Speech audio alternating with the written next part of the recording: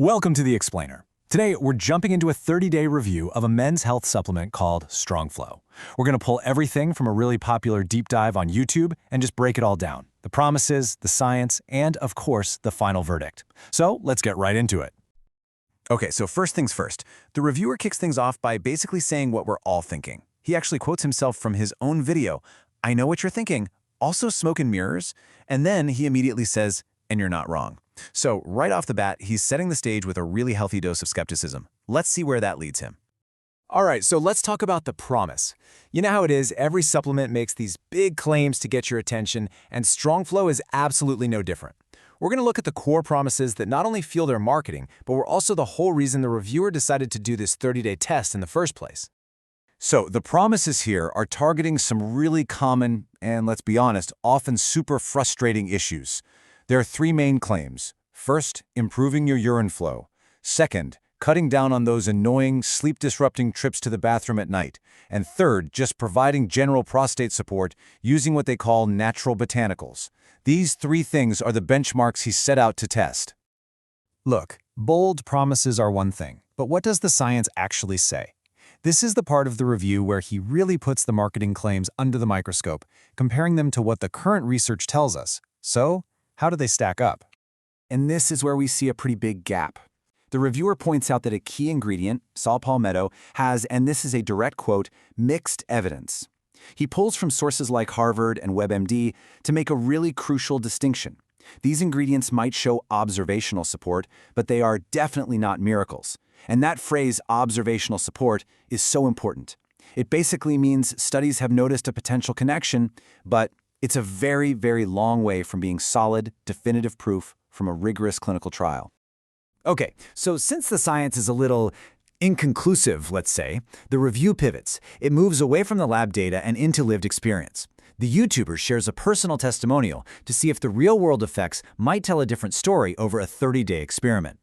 So to really illustrate the user experience, the video gets into a detailed personal testimonial from the reviewer himself where he tracks his own experience over that 30-day period.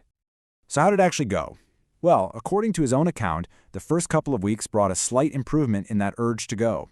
By the third week, he felt like his flow was becoming more constant. The only catch?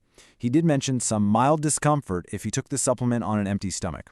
So, a report of some modest gains, but with a minor side effect to keep in mind. So we've got some anecdotal positives on one hand and kind of shaky scientific data on the other. This leads the reviewer to ask a really fair question. In a market that is just flooded with products like this, what, if anything, sets Strongflow apart? He actually points to a few factors that he believes are signs of credibility. According to the reviewer, the case for this product's legitimacy really comes down to four key things. First, a transparent ingredient list, so you actually know what you're putting in your body. Second, it's tested by an independent third-party lab for quality control. Third, there's a money-back guarantee, which, lowers the risk for you. And finally, he points to what he calls real user testimonials backed by data.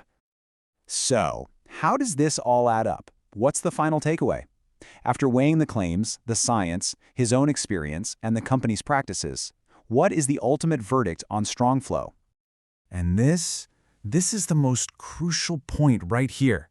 The reviewer is incredibly clear that you have to manage your expectations. He concludes that Strongflow is not a cure. It's not some magic bullet that's just going to fix everything. Instead, he positions it as a supportive measure. And that whole idea of support leads directly to his final recommendation. He says the supplement really shouldn't be used by itself. Instead, he advocates for a holistic approach where you combine it with a good diet, making sure you're properly hydrated, and this is the most important one, maintaining regular checkups with your doctor. The supplement is framed as just one single tool in a much, much bigger wellness toolbox. So really, the whole review boils down to this message of tempered expectations. It seems Strongflow might offer some help, but it's just one piece of a much bigger health puzzle. And that leaves us with a final question to think about. When you're searching for relief, is support truly enough? Thanks for joining us on The Explainer.